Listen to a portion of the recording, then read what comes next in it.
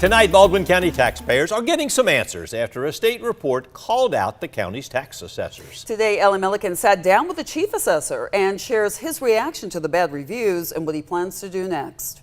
A report from the State Department of Revenue last month said Baldwin County's tax assessors didn't understand their own software, didn't set property values correctly, and cost taxpayers hundreds of thousands of dollars. Tina Bainey has lived in Baldwin County for more than 50 years and says she was shocked by the state report. Elect to bring in new software, you may or may not have any input. Whether you do or not, if they choose it, it's your responsibility and your duty to learn how to use it. On Friday, Chief Assessor Wade Williams said they now know how to use the Tyler software, which was installed 8 years ago. But he says it's hard to use and not what they're used to. It was brought here and we have adapted to it.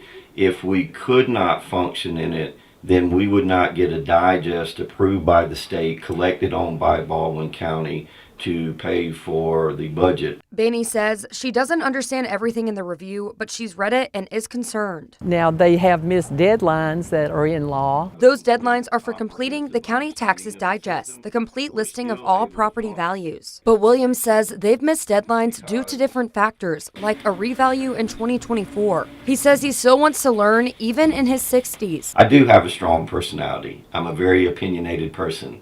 You actually somewhat need to be to make decisions on values to be able to appraise things.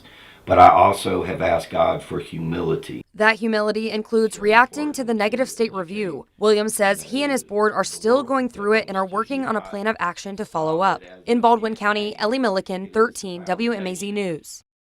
Now, Ellie reached out to the Baldwin County commissioners who asked for the state review. Chairman Kendrick Butts told her they're still going through it and will then decide how to follow up. Meanwhile, Williams and his board have started going back through the review and preparing suggestions.